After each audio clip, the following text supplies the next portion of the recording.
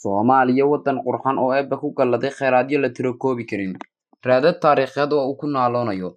Laakiin dalkani ma uusan dhexlin dad asal ahaan ah ummad garasho habboon, gasiinkana dhaafin karta hamigeeda. Soomaaliya dalkan weli kama uusan soo kicin burburkii haleelay sanadkii 1991kii. Ilaa hadda waxa uu la ticaya arrimo aan la xakameyn karin, xadhkahana goostay. Mid ka mid ah dhibaatooyinka aan weli xal loo helin ee dalka Soomaaliyeed la dhiban yahay waa aanooyinka qabiilka oo dhiiladoodu soo yeedhayso. Aroor kasta oo qorraxdii bari ka soo kahdaba, waxaynu muuqaalkeenna kaga bogan doonaa iskula dul taagi doonaa su'aalo door ah oo ay mudan tahay in la iska weydiiyo aanooyinka qabiilka. Waxaan kaga jawaabi doonaa kuna fahmi doonaa waxa ay tahay aanada qabiilku, cidda fulisa dilalka ku salaysan aanooyinka qabiilka.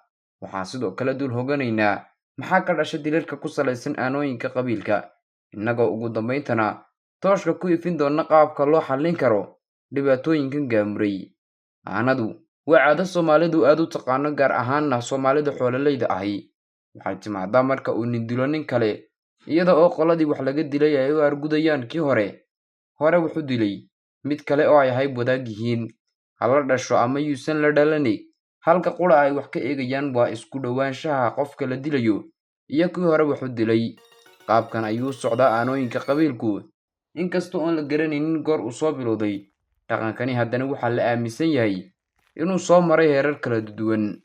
Waa silsilad tacnaata sanooyin badan, iyadoo mararka qaar gaadha 40 sano kadib in nin loo dilo ninkii maanta la dilay, isaga oo kan la dilayaa uu yahay mid dhashay ka gadaal ninkan looga argudayo. Mararka qaar waxay kala fogaysaa saaxiibada, waxa ay sababtaa isnac iyo karaahiyo. Waxaan filayaa inaad daalacatay fahantina waxa ay tahay aanada qabiilku. Haddaba aan jaleecnaya fuliyo aanooyinka qabiilka. Ma duqay, carruur mise xawalay? Inta badan aanooyinka qabiilka waxa u fara dhuudhuuban oo si aad u fuliyo waa dhalinyarada, oo ay gadaal ka riixayaan kooxo iyagu iska ilaaliya fulinta falkaas foosha xun.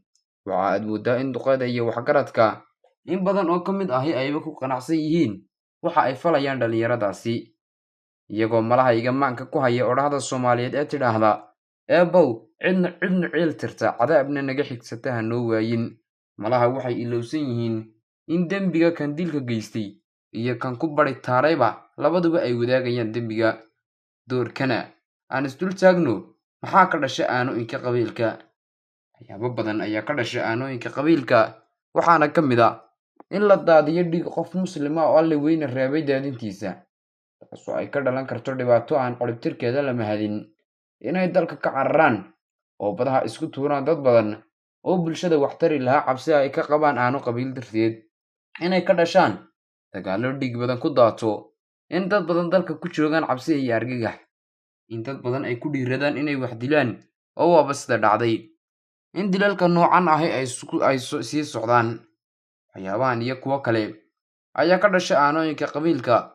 Ugu dambayn, aan isdul taagno kuna soo gunaanadno qaabkee loo xallin karaa dhibaatadan gaamurtay, dilootayna dalkii Soomaaliyeed, dadkii Soomaaliyeedna ku reebtay mahadhada. Diinteenna suuban ee Islaamku waxa ayna kala doorasiisay 3 doorasho. 1. In qofkii qof dilo loo dilo iyada oo loo marayo waddooyinka sharciga ah, in ciddii qofka laga dilay ma qaataan, in qoyska qofkii la dilay cafiyaan qofkii dilay. Iyadoo 3daas arrimood ay jiraan, ayaa haddana dadka Soomaaliyeed waaye aragnimo ahaan ay og yihiin midhaha mar la kala qaatay ay dhashay. Inka isku soo wada duubo, haddii intaasba ay jirto, waxa uu xalka ugu dhoweyn noqonayaa in laga hortago is-aanaysiga, isla jeerkaana la xalliyo si dhab ah, arrintana looga tago halkii markuu dhibtu timaado keliya la biricbiriclayn lahaa. Gunti iyo gunaanadkii muuqaalkana, Soomaalidu waa jiidh isku yaal, mana habboona in la jarjaro ee aan ka jawaabno kana fogaano aadooyinka idamka alle. Intaas ayaan kusoo gabagabaynaynaa muuqaalkan maanta. Haddii aad nagu soo biirin, nagu soo biir. Haddii aad ka heshay muuqaalka like saar, siina share garee. Maxay kula tahay adiga? Yaad se is leedahay aanooyinka qabiilka way u soo yihiin.